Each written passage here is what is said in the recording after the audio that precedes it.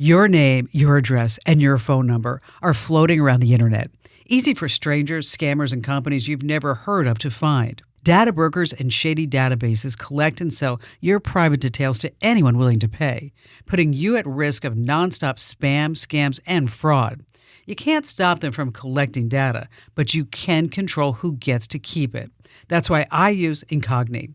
They remove your private information from more than 420 of these sites automatically. And with their unlimited plan, you get total coverage. If you spot your personal details anywhere else online, just send them the link, and their privacy experts will get it taken down. It's the easiest, most complete way to protect yourself and personal life. Right now, you can lock in 60% off with my exclusive deal at privacykim.com. Go to privacykim.com right now and start protecting your privacy. This is so important. Privacykim.com. That's privacykim.com. Hey, this is the third hour of the Kim Komando Show. So glad that you're here with us. Sit back and enjoy. You know, I really like tech trivia, because I think it really engages people and it brings them into the show. You think so? Yes. So you're teasing a trivia question, and so that means someone's sitting in their car right now going, "Oh, I have to hear this question to know if I have the answer." Let's see if you're really that smart. Okay, so you're ready? Mm-hmm. Okay. Back when Amazon was just a guy in a garage, what do you think the very first thing was that somebody bought on Amazon? Okay. Was it a used vacuum cleaner, a book about artificial intelligence, a CD, or a keyboard? A book about artificial intelligence. I was not ready to tell him he was right yet. It went much better in rehearsal. Okay. We ever had rehearsals. It was called Fluid Concepts and Creative Analogies. But Amazon was just a book site in the beginning. Yeah, 1995. So of course there was no vacuum or anything else on there. And then Jeff Bezos' office his desk was a door on two sawhorses. Did you ever see that picture? No, but my brother-in-law used to do the same thing. He would just buy pieces of wood from like scraps and turn them into his desk because he's like, I'm not paying hundreds for a desk. And now AI will serve you ads on your Echo devices all the time. Absolutely. It's full circle. Love progress, don't you? And on that happy note, welcome. It's the Kim Komando Show. It's the nation's largest, best award-winning show about all things digital. I'm, of course, your digital goddess, Kim Komando, here with you. And joining me is Andrew Babinski, my co-host and also the co-host on the morning show on 99.9 FM in Phoenix, Arizona. What up, Kim? Alrighty then, every single day, I do this. Every single day. People ask me, Kim, why don't you retire? I mean, you have everything that you need. I mean, why do you keep working? Because I love what I do.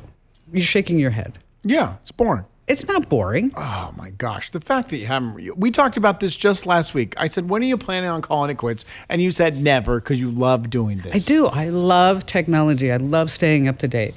I love helping people. But you also love vacation. You know, I don't really get a chance. Ian and I were talking about that last night. He said, you really don't know, when you take a vacation, he said, you work anyway. Right. I mean, there's got to be a day where you just say, that's it. I'm focusing on me. I'm going to go to Antarctica every single weekend. That's boring. You probably would get too antsy. I tried that. You know that. I bought a house in Maui. Oh, yeah. And you came back, what, 2 years later, 3 years later? And I sat there. No, actually it wasn't, because I would go back and forth. But I was sitting there. I'm not going to tell you who he is. But a friend of mine is the CEO and founder of $1 billion company. Okay. So he called me up, and I was actually sitting on the beach in my little chair. And he said, what are you doing? And I said, I'm sitting on the beach looking at the ocean in my little chair, drinking my water. And I said, what are you doing? He said, I'm on Maui and I'm bored out of my mind. Do you want to go have lunch? And I said, yes. And then we sat there at lunch and decided, both of us, like, we're just not, we can't do this. You're not built to retire? Mm-mm, All no. right. But speaking of retiring, the New York Times shows that Amazon plans to replace 600,000 humans with machines. Yeah. Automate 75% of operations by the year 2033. Well, apparently they have started. Amazon just this past week got rid of 30,000 corporate jobs. That's a lot of people. 30,000 people. This week? Yeah. Did they replace them with robots? Let's see. Beth Galetti, a senior executive, broke the news in a message that said, some may ask why we're reducing roles when the company's performing so well. This generation of AI is the most transformative technology we have seen since the internet. It's enabling companies to innovate much faster than ever before. We're convinced that we need to be organized more leanly. Look at how they just... Did you see that? Did you hear More that? leanly. Yes. We were convinced. We didn't want to. We were like, no, we are saving these jobs. And then someone convinced us to fire you all. And we are sorry we're so gullible. We bought it. Hook, line, and sinker. Okay. Our bad. Bye-bye now. Have a good holiday season. But they just replaced it with AI. Yes. Not with robots. Yet. Wait a minute. Can I interrupt? Yes. Because I saw another story that was connected. It was a link. You know how you're looking at stories and like, you also might want to read this Yeah, one. I know. You go down that whole rabbit hole. Yeah. It said that by 2034, because of AI, the work week will be only 2 days long. I read that too. And I would love that. You just said you don't want to retire and you're going to work until you're dead. No, but I mean, a couple of days a week versus 5 or 6 would be a lot better. But my question is compensation. These companies, I'm looking right at you, King Commando, they're not going to pay me what they No. would pay me for 5 days to do in 2. No. So then I asked the question, if I'm only making 2 days worth of pay instead of 5 days worth of pay, how are they going to stay billionaires? Because I'm not going to be able to buy and afford any of their products. You still will. All right. You'll go, you know what? Maybe you work for one company for 2 days, the next company for 2 days. But that's going to eliminate jobs. That would be me taking up jobs that 2 other people would do. You know what? We are convinced that we can operate more leanly. Oh, I forgot. Someone did Okay. convince us. You're right. So just maybe you're not thinking right. I'll calm down. Thank you. AWS went down, Amazon Web Services. We all know that. Rumors were spreading on TikTok that Amazon took itself down a couple of weeks ago because they were testing a massive internet kill switch. Okay. It worked. Test successful. But here's the deal. There is no internet kill switch. Just wanted to let you know. Oh. The internet was designed so that we wouldn't need a kill switch or that it never would work. But it just goes to show us how gullible we are and vulnerable we are to the internet going down. But you say that if everybody is hosting everything on one company's cloud, 50%. then there It was is 50%. a kill switch to the internet. Well, 50%. Yeah. But you can't go out and I'm going to kill it all over the country. Now, but Amazon's going to not stop. They won't stop until they have 95%. 99.9. And let's be honest, the other 50% of the internet that's not on Amazon's web servers, that's not internet anyone's going to anyway. It's on Microsoft Azure. Don't you? Some website of a guy playing a Casio with seagulls flying around. No one's going to that. It doesn't matter if that's still up. Let's see. There's a new problem in the accounting world. AppZen has reported that 14% of fraudulent expense receipts have been submitted, were AI generated. So with this app, you can submit your expense reports, and then they handle it for the company. And then you get paid. Sure, and I can just tell ChatGPT, hey, make me a receipt that I was at P.F. Chang's last night and I spent $89 on dinner. I'm going to turn that into work and get that money.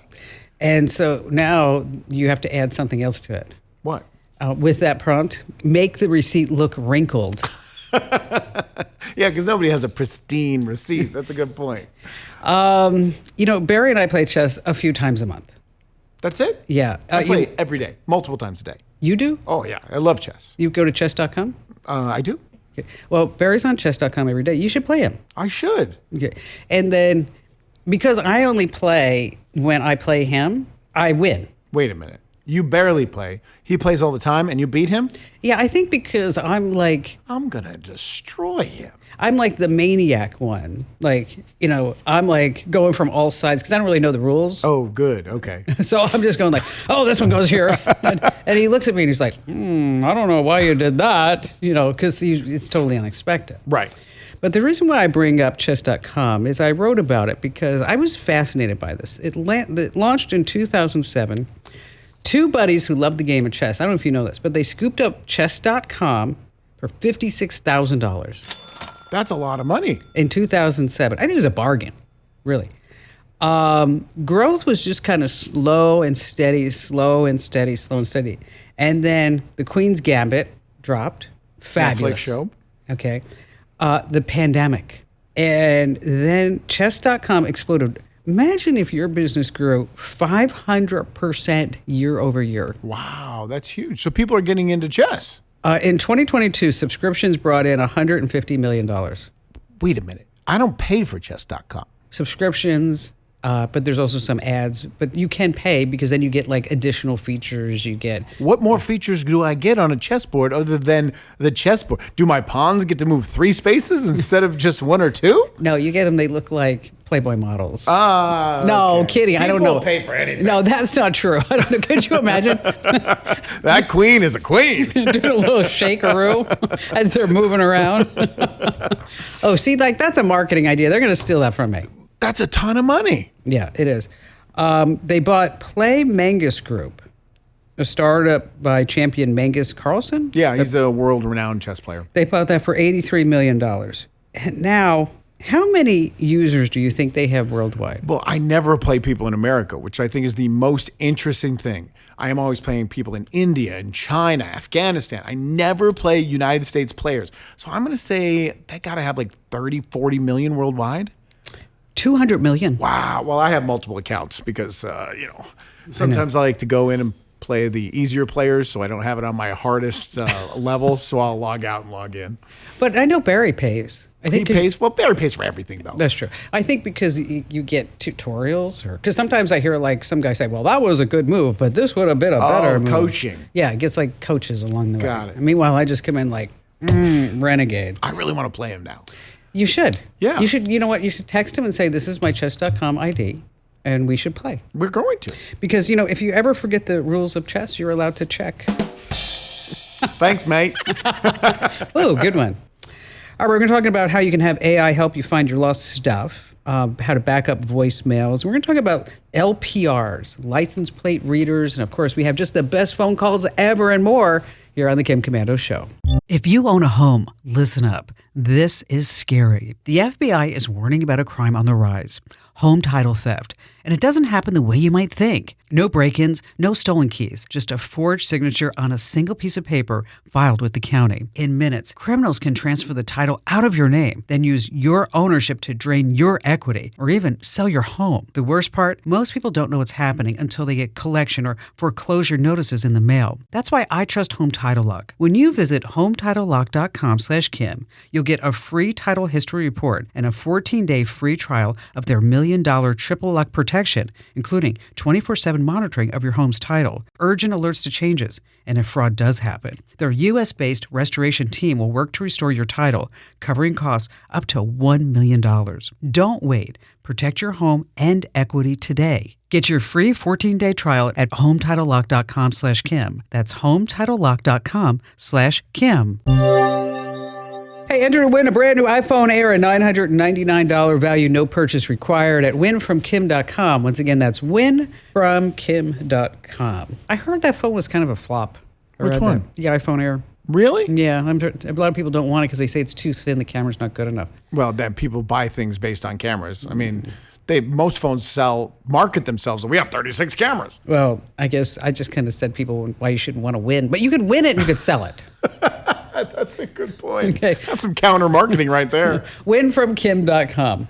Paula in Detroit, Michigan, welcome. Glad to have you with us. What's going on, Paula? Hi, I'm quite new to discovering you, so I reached out to your email with a question I had about phone security. My husband had to go to the emergency room, and we went there and waited. I got up to stretch my legs, and there was a very young woman with a baby, and she was crying, and she was attempting to use a landline, and she would try several times and pace around with her baby. And so I asked her what was wrong, and I was concerned about her. And she told me a story about how she was at a women's shelter, and she had been dropped off because she was having some problems, and that the number that she had been given to call them to get a ride back was not connecting to anything. Okay. And so I began to try to help her, and I pulled out my phone.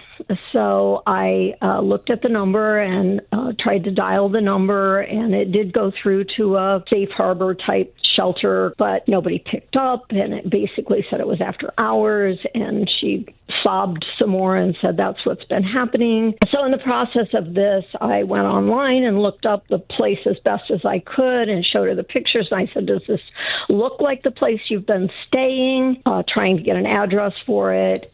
Time went on, and she said, well, maybe I could call my mom. I'm not from around here. I said, sure. So she gave me her mom's number, and I tried to call, and then she asked me if she could try. So I handed her my phone, and I know that was a mistake, and so that's why I contacted you. I'm like, oh my gosh, I made a mistake. When you handed the phone, did she make a phone call and talk to somebody? She did not speak to anybody. She did some button pushing, but I was looking at it. It didn't seem like she was doing anything nefarious, and at the time, I still wasn't. My antennas weren't up. I didn't think anything of it. About this time, she gave the phone back to me, and we had been conversing for some time, and she didn't ask me for anything. She didn't ask me for any money. Okay, so did she get on your phone after that? Nope. Okay. What did she do to your phone that makes you think she did something? I didn't think anything until next they called my husband back. And so I left her. So I went and spoke to the receptionist on my way back. And the receptionist said to me, oh, there's people that are coming up on the bus lines from, I don't know exactly where from. And she said they have skimmers and you need to be really, really careful. And she said, whatever you do, don't let them hold your phone. And I was like, probably that ship has sailed. So I went back to where my husband was and told him, and the first thing he did was check like our bank account. That's what you need to do. You got to check online, and we checked our credit card. There was nothing that we can see, and nothing has since come up. Is there something else I should be monitoring and watching? And I just didn't even understand necessarily about skimmers, other than I've heard there's devices that can go on the gas. Yeah, so there are skimmers, but they're also now handheld skimmers. Because if we can put it on a gas pump, they can put it there. You know, you sound like a smart woman, like a very compassionate woman with a lot of empathy, and you were simply trying to help a woman who you thought was in distress. Like you said, the first thing that you do is you check your Venmo, your PayPal, your Cash App, your banking app, Zelle, whatever it may be, to see if anything was there. I would review account settings. You go into your settings, your name and devices, look for any new apps, turn on two-factor authentication everywhere. Keep an eye on your credit card receipts, your bank statements, all that other great stuff that you just have to do. Don't change any passwords on the device. Use another computer to change those passwords. Yeah. If you're really concerned, that's where you have to do a reset. But I don't think they did anything. It doesn't sound like it. All of that happened, there should have been a payoff for the scammer. But that's the problem with the emergency rooms, because they're open 24/7. Right, so there's always someone that they can go and try and scam. Yes, exactly. Often there's not a lot of security that goes into the emergency rooms. But you know, how nice is Paula? Too nice. In order to do that. Paula, thank you for your call today. Thanks for trying to be a good person, too. When people lose their keys, Andrew, where do they turn up most often? Couch cushions. I'll tell you the answer in just a second. But let's say your keys are missing and you're like, I don't know where they are. That's when you can open up ChatGPT or Google Gemini and then turn on the camera and start looking at your desk or living room and say, do you see my keys anywhere? Are they there? You can also describe where you last had your keys. It's going to walk you through logical places to check. Now, according to Shane, nearly 3 in 10 people end up finding their keys buried in, you ready? The couch cushions. Nailed it. Where's my sound effect? Thank you. It's the Bermuda Triangle. One time my son was just going over the house, couldn't find his Oculus controllers. Nowhere to be found. They weren't anywhere. They weren't in his room. Oculus controllers, those are big. No, the handheld. The ones you hold in your hands, the controller. Okay. Open the fridge, right there. 2 Oculus controllers. In the fridge? Yeah, he went and got a snack and left them in the fridge. ChatGPT wouldn't have figured out that one. Not a lot of people would. It's not right next to why? Because you know what? He's cute. He carried the little controller up. And like, oh, there's pudding. Yeah, he got distracted. Exactly. Corey in Nashville, Tennessee. Hey, Corey, what's going on with you? Hey, Kim.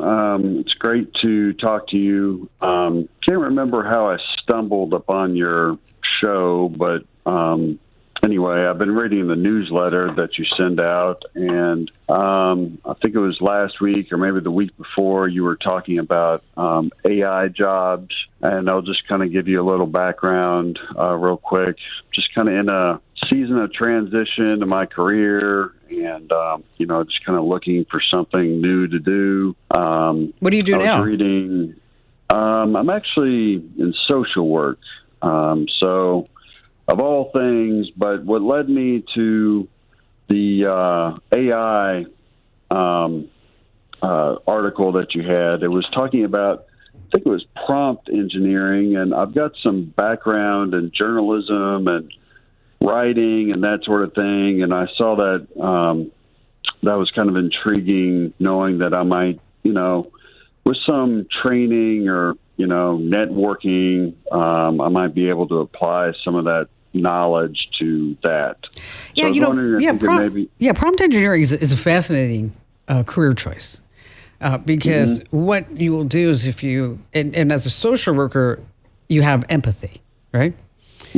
Which AI does not have. They're trying to give it empathy, but we have yet to cross that bridge. With prompt engineering, you are going to facilitate AI and work and try to help instruct it into various prompts that people enter in. And so that if somebody says this is what we want AI to do. So you'll be looking at trends, what people are putting into ChatGPT as a prompt, and then maybe they're not getting the right answer, because I don't know if you've noticed after you use ChatGPT for a response, it gives you the thumbs up or the thumbs down, right? Yes. To see if the answer was yay or nay. And thumbs down goes into this pool of where maybe a human, if they see enough of these from this particular LLM, that will then be rectified by somebody like you and with a team to say, okay, this LLM is a little bit off. Large language module is just a little bit off. Now, you just can't call up an AI company and say, "Hi, I'm Corey, and I'm from Nashville, and I'm a great guy, and I want to be a prompt engineer." And they'll be like, Corey, so what have you done? And how have you gotten yourself into this? I mean, have you taken anything like OpenAI has something called the Prompt Engineering Guide. It's absolutely free.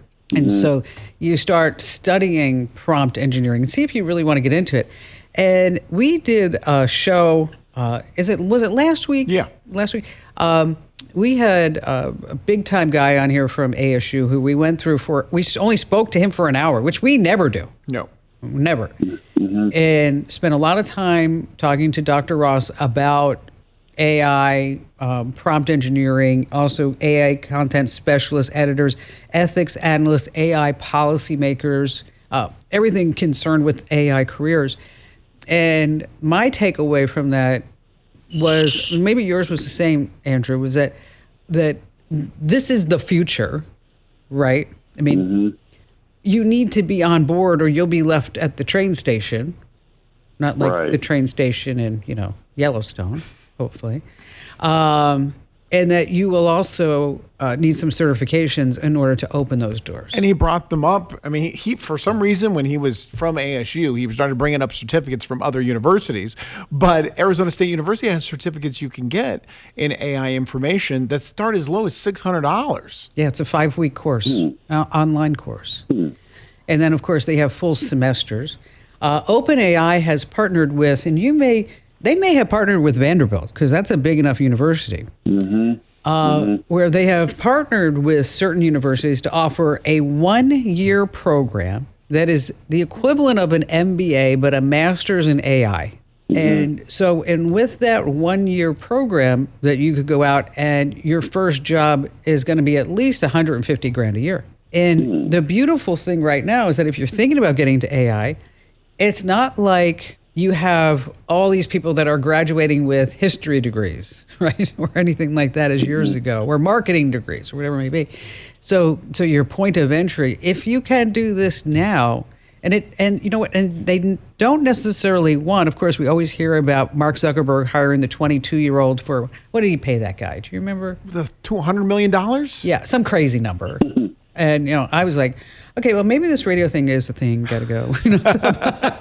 Just saying. But there are companies throughout the country, and that's where also these degrees help and these certifications, because they're going to point you after you get the certification to local resources because they want you to get employed. Mm-hmm. So does that help? Yes, absolutely. You were speaking of ASU. Is that Arizona State University? Yeah, Arizona State University. But you might want to see what's available by you as well, because like I said, you have. There in Nashville, you have some excellent universities. Hey, you could go to any. You could go to Cambridge. You could go to any university. It's all online. Yeah, it is all online. But you know what? I was looking at. I might take that 5-week course myself. Yeah, I thought the same thing. Did you? I was like, what can it hurt? Yeah, and then I came home and I was telling Barry and Ian, I'm like, I think I'm going to go to school for an AI degree, and they both looked like, what time of day might that be? Sure.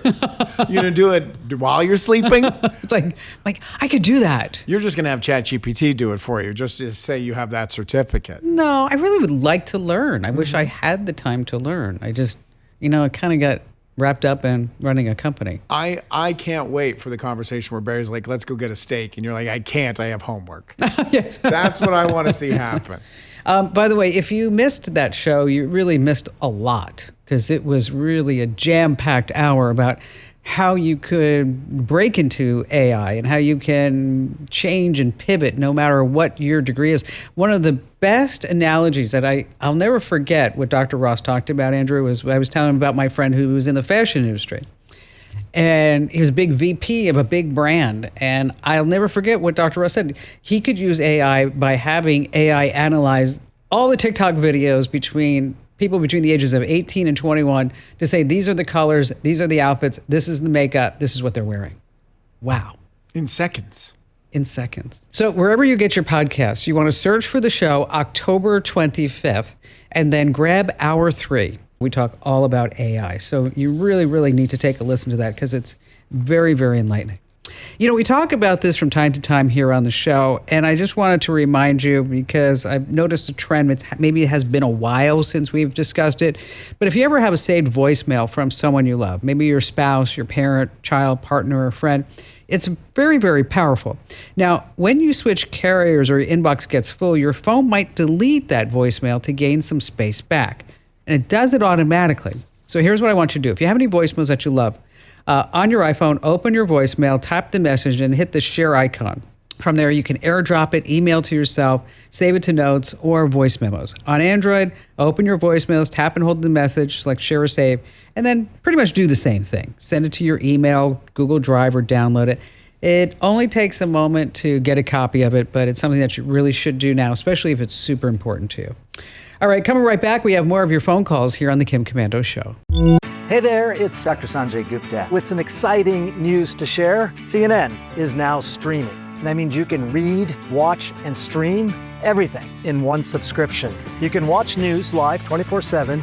You can also explore catch-up videos and explainer videos, and you can also watch the library of CNN's originals, including my latest documentary, It Doesn't Have to Hurt. Just go to cnn.com/all-access. All right, let's see. We have Sherry in St. Petersburg up next. Hello there, Sherry. Should we sing it? Go ahead, sing it to her. Which one? Sherry, baby. Oh, Sherry, I don't know the words. No, I it's forget the no, song. that's not it. I forget. No, the song. it's okay. Sing it with me, Sherry. Oh, that one. Sherry, Baby. Sherry, baby. Oh, we need some gulls. What's going on, Sherry? Okay, I feel welcome. I'm sitting here with my husband, Gary, who is your biggest fan, and it's the reason we're on the phone with you. Excellent. So Sherry and Gary, you got to be kidding me, right? so cute. No, it's thrill. It's adorable. Hi, I'm Sherry, and this is Gary. This is our son, Carrie, and Larry, our daughter, Mary. I know our last name is Rhymes. Sherry and Gary Rhymes. Of course they do. Of course it is. So Tell them why you're a fan. Well, I've been a member of your club for in the neighborhood of 20 years now. Oh, wow. And, so I've learned a lot about computers and all the problems, and I've gotten out of a lot of jams and so on using your forums and your advice and so on down through the years, and I appreciate it a lot. Oh, thanks, Gary. That's awfully nice of you. Yeah, Gary, the internet can be scary. So anyway, speaking of scary internet, this is what happened. We had a vacation planned, and the host in one of these vacation homes, the host decided to dump us and go for somebody that was paying them 3 times what we had paid them already. Oh. Yeah. So we really kind of get the idea that we're out of a place about 10 days prior to when we were going to travel there. So anyway, that caused a lot of turmoil, but we rented a second place. So the home for rent. What site are you using? You can say what site. What site is you using? Vrbo, VRBO. Okay. All right. So you're on Vrbo. Okay. Yeah. And so anyway, they had this thing called Book with Confidence Guarantee. And so their guarantee was that they would pay you the difference if you had to find another place in a short amount of time. And that is what happened. And they, over the length of time, we did all the right things and we got the refund. Oh, okay, good. That's great. So the glitch is, for me, that they sent me an email that says, click this link and you will get your refund. I'm not comfortable with that. I don't click links. That's fair enough. So it was supposed to take me to something called Hyperwallet, which I haven't heard of, but I read about scamming all the time and crypto wallets and all of that. So I specifically didn't want to go to Hyperwallet. Actually, Hyperwallet's legit. Okay, well, that's good to know. I have been puttering around trying to find out about its legitimacy. Now, so it's actually used by VRBO, Airbnb, DoorDash, Etsy, Uber. I know, it's a weird name, and so you're like, oh, Hyperwallet, it must be in China or someplace like that.